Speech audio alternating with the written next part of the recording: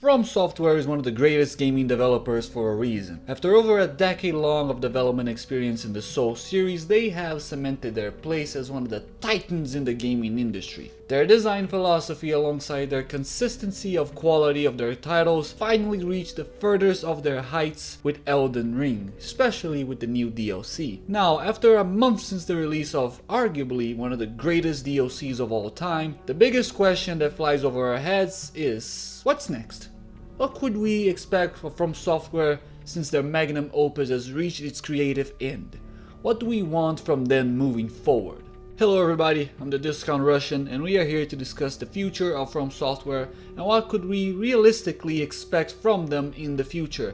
And if you enjoy this type of content, make sure to like and subscribe, and who knows, maybe this hobby of mine will become something more than that. But before we start, let me be transparent about the topics that I am about to discuss or that I want to touch upon in this video specifically. Firstly, what is speaking, and has FROMSOFTWARE actually reached it? And also, what problems actually trouble the veterans of the Souls series? Secondly, what can we expect of their current titles in regards to quality of life improvements? And finally but not least, what do we actually want from FROMSOFTWARE as gamers? Stick around to find out. Again, don't forget to like and subscribe, and let's start the discussion. Now then, what is speaking? Or at the very least, what does people mean when they say that FROMSOFTWARE has peaked? First of all, I'm not trying to put words on anybody's mouths, but what I get from the phrase FROMSOFTWARE has peaked with Elden Ring seems to me to indicate that the developers has reached their ceiling in regard to their artistic and financial endeavors. To be fair, I understand where those people saying that are coming from. Not that I completely agree, but yes, financially, even FROMSOFTWARE believes that topping Elden Ring's financial success could be unrealistic for the foreseeable future. In that regard, I do believe it will take quite a while for them to come up with a title to financially surpass it. Creatively though, I believe FROMSOFTWARE still has a lot more to give. Unlike many gaming outlets and YouTubers, I generally don't believe FROMSOFTWARE stands at a crossroads when it comes to their creative endeavors. Because firstly, they don't have to constantly attempt to develop titles with the same level of scope as Elden Ring in order to maintain their creative quality. And as a matter of fact, I highly recommend you all to read GameStop's interview with Miyazaki, where he himself addresses this topic. Secondly, I don't believe they have to hold themselves hostage to the open world formula of Elden Ring in order to maintain their creative bottom line. Armored Core 6 proved us that FROMSOFTWARE can return to long dormant franchises with a far more linear style of gameplay and story, and also maintain their innate quality and design philosophy, even in other IPs that are not related to the Souls-like formula, that does not follow that formula. Therefore, I feel like it's disingenuous to say that they are at a crossroads creatively. In fact, I feel like they are at the height when it comes to opportunities in regards to their future IPs and what they could work with creatively.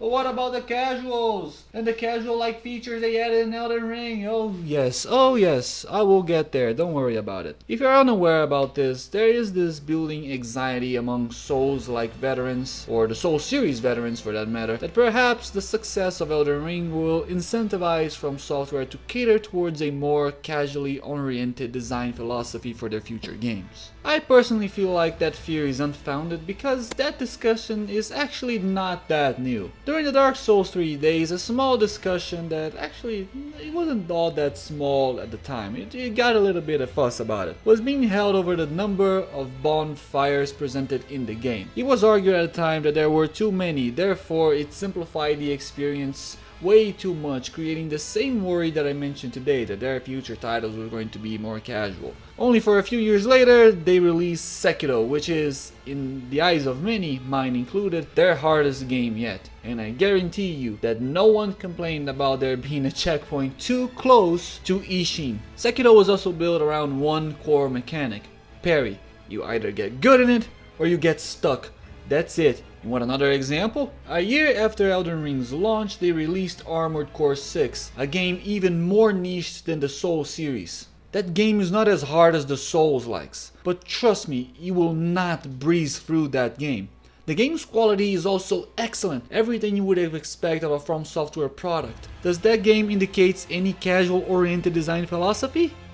No, of course not. These games that I mentioned exemplify the fact that the core philosophy of FromSoft is not going away just because they release a game that brings you more options. Because that's all Elden Ring gives you, more options. It doesn't simplify the game for you. since you are not forced to use the spirit summons, for example. I particularly used them once just to test the gist of it and never touched it again. In fact, I felt like the boss experience was smoother without them. Am I advocating for the spirit summons to be removed? No. Would I miss them if they were? Also no. But my point is not the usage of clutches. My point is, Elden Ring giving you more tools and making part of the experience more convenient does not mean they will cater more and more towards a casual experience in their games. Also, I seriously doubt that anyone would like to go through the walk of shame that is the pathway in Dark Souls 1 towards the Bed of Chaos. Hell, Malenia's checkpoint was right at her doorstep, and that didn't make her challenge as a boss any less difficult. So once again, my point is that there is not enough to indicate that FromSoftware will now start catering towards a quote-unquote casual experience or casual audience. At least I don't particularly believe in it. Even if that was the case, then why bothering making a game like Armored Core 6? A title far more niche than the Souls series, and that for sure would not sell anywhere nearly as much as Elden Ring. The feeling that the veterans of the Souls series are getting comes more from the fact that we are already very used to these titles than actually there being a tangible reason to believe their next title will be quote unquote too casual. And since I mention it, it's kind of ironic the fact that Elden Ring is hailed as the easiest Souls game due to the variety of tools it gives to the players and the ability to explore and level up, and yet it is the game that has arguably the two most difficult bosses in FromSoft's history. So no, I don't believe the hardcore FromSoftware fans should worry about the possibility that their favorite developer will cater to a casual audience. Now that we're done with that topic, let us discuss the realities their current titles face going forward. More specifically, I'm referring to their titles that are still being actively updated and worked on, those being Armored Core 6 and Elden Ring. Starting with Elden Ring, FromSoftware likely won't stop updating their magnum opus anytime soon, but it is safe to assume and to say that major releases for Elden Ring are over. It's very unlikely that FromSoftware will work on another DLC with the same scale as Shadow of the Erdtree. But quality of life improvements for the game, specifically in its multiplayer aspect, can still be hoped for. The mod seamless co-op shows that many things can still be improved for the game's unique multiplayer experience, especially for invasions. FromSoftware could at least implement some of the features that were presented by the mod, being able to see the opponent's rune level, their ping, and the amount of players an invader faces once they enter a world, for example. A boss rush feature and extra arenas for the Colosseum are also features the fans have been begging FromSoftware to implement. Perhaps now that the DLC has been released, the development team for Elden Ring will find time to finally add these so desired features. With that said, there is nothing to indicate they would do any of that, so for the time being, we can only hope. Now, going into Armored Core 6, this title has been a little bit cold as of late, which is to be expected since both FromSoftware and its fans would shift their focus on the release of Shadow of the Erdtree. But with that said, AC6 is currently the title with the best prospects for the release of a new content. According to GameRant, FromSoftware's careers page has opened a job entry regarding to the modeling, texturing, rigging, and animating characters or robots. Keep in mind that a job opening means just that, an opening for a new hire. That's it. But it would not be that far-fetched to assume that the action game of the year of 2023 could be hopefully getting a DLC expansion soon. Again, I must emphasize that without FromSoftware's official announcement in regards for future Armored Core content, all that we truly know is that they're just hiring more professionals.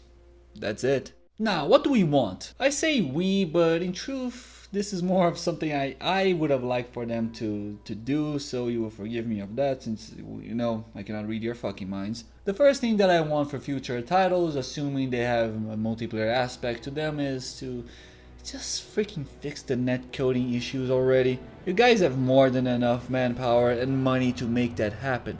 I mean, it's so bad that Armored Core 6 multiplayer is borderline unplayable. The builds used for multiplayer in that game are specifically made to exploit the netcoding. That's just how bad it is. And while not a netcoding issue specifically, although it exacerbates that issue, Elden Ring's multiplayer experience can be miserable in some aspects of it. If you are an invader and you will constantly deal with 3v1 scenarios, gang squads, and all manner of spells and Ash of War spamming bullshit. In one occasion, I invaded a duel and they summoned 3 different hunters in an attempt to kill me.